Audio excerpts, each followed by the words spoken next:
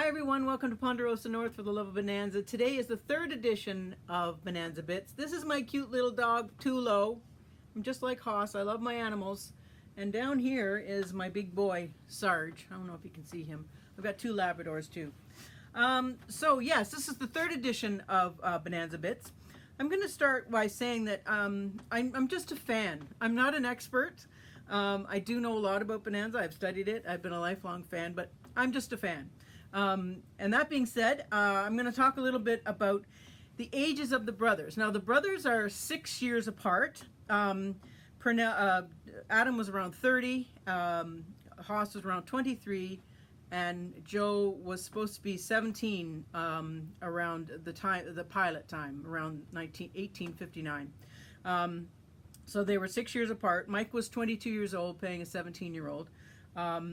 But yes, 6 years apart. Now, the other thing I want to say is that although Pernell was unhappy, he sure created a beloved character. I mean, it goes to show you what a great actor he was, because we had no idea at the time when we were watching him play. I mean, a lot of the episodes, yes, I will give you that a lot of them were pedestrian performances, but most of the time they were pretty darn good, and he has quite a following still.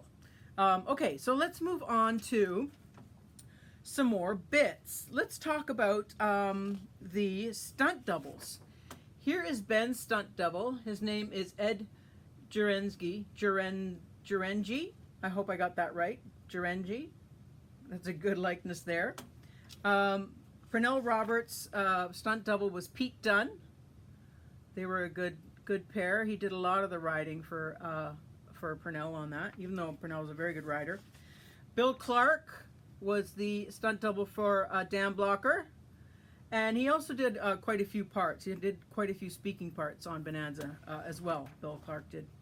And Bobby Miles is the stunt double for Michael Landon, and he too had a lot of sort of side small parts in Bonanza as well. Sometimes I've mentioned it before, sometimes he's in a posse or in the town or whatever. The next thing I'm going to talk about are memorials to Dan Blocker, of which there are many. There is a beach in Los Angeles dedicated to Dan Blocker. This little piece of land was purchased by Michael and Lorne. There's a plaque there. If you're ever in the area, you can take a look at that. And here's this little strip of beach in Los Angeles for Dan. Very nice little piece of land there for him. Also, there's memorials in, I believe this one is in Odell, Texas. It's another memorial sort of statue of Dan Blocker, or a bust of Haas. There's a museum in Odell, Texas for Dan. There's also Texas Walk of Fame given to him in 1997. And there's a mural in Texas as well. I'm not sure if anybody knows where this mural is, what town it is. I have a feeling it could be in DeKalb, his birthplace, but I'm not sure. So if anybody knows, let me know. So I mentioned before, I wondered if Michael Landon had his stuntman card, and it turns out that yes, he did.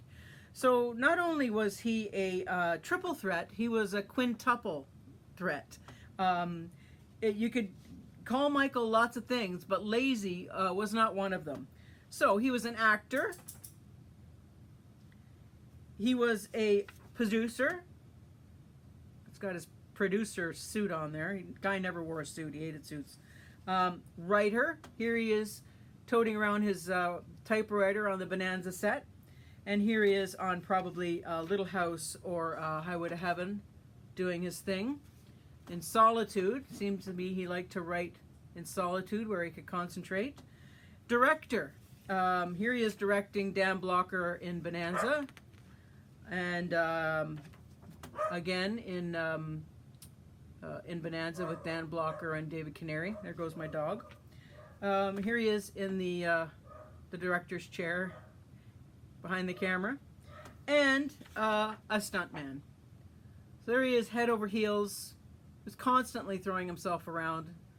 It's quite amazing how he didn't get away with more injuries. I know he broke his foot at one point on Little House. I have had issues, I have mentioned before, I have had issues with the wardrobe department in Bonanza. but none more than seeing Leslie Nielsen, and I forget this actor's name, wearing Adam's hat. That kind of pissed me off. I thought, you know, that's a little iconic. Those 4 hats are iconic. So what are these guys doing wearing Adam's hat? Did they think we wouldn't notice? I noticed. Anyway, everybody smoked. Lauren smoked, but I think, you know, that's a generation thing. It's like my dad, the same thing. Smokers. Michael smoking. Michael smoked a lot. He was, I think, maybe 2 or 3 packs a day. Very not good. Dan was a smoker, and even Pernell was a smoker, but I don't think he was. I think this isn't a play, but I did catch him in this picture on the set of Bonanza with a smoke. So everybody smoked. Let's talk about Victor French. Here he is in Bonanza with Michael Landon. Here he is in Little House with Michael Landon. And here he is in Highway to Heaven with Michael Landon. Now, these two must have really hit it off. 3 series. I mean, Victor French wasn't a regular in Bonanza, but they must have met there.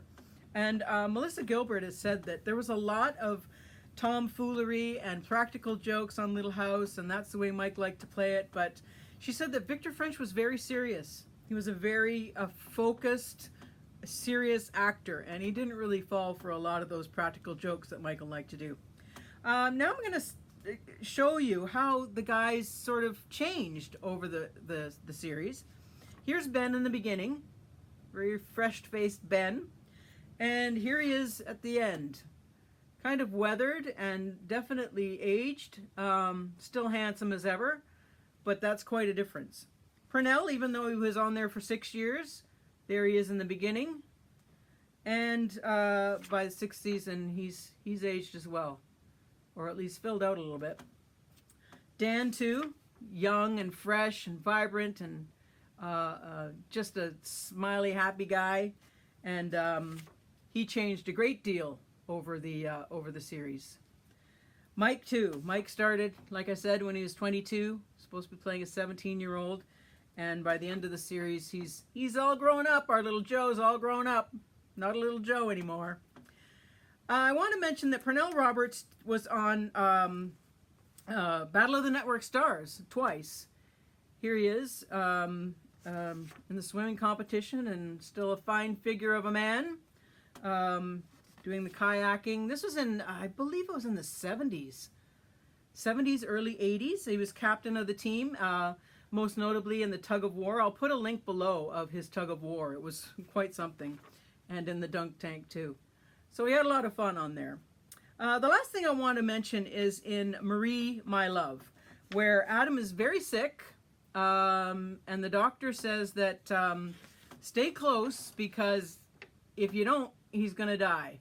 So take care of him in the night, and he might make it through to the morning. Now I thought to myself, come on.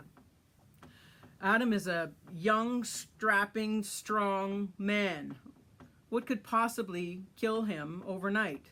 Well, we've just been through a global pandemic, still in it actually, and yeah, these viruses can be deadly. So, no, they didn't have coronavirus in the 1800s, but they did have smallpox, typhus, yellow fever, scarlet fever, tuberculosis, typhoid fever, diphtheria, pertussis, pneumonia, bronchitis, and cholera. So he could have been stricken with any of those things and not made it through the night. I mean, it wasn't until Alexander Fleming discovered penicillin in St. Mary's Hospital in London that led to antibiotics, and that became widespread in World War II. So if you caught one of these horrible fevers or viruses, yeah, if you didn't have the constitution to fight it on your own, then you probably died, and many, many did. But, as we all know, Adam recovered, and we're so glad he did. So that's the end of Bonanza Bits number 3. Stay tuned for lots more, and we'll see you next time on Ponderosa North for the love of Bonanza. Bye!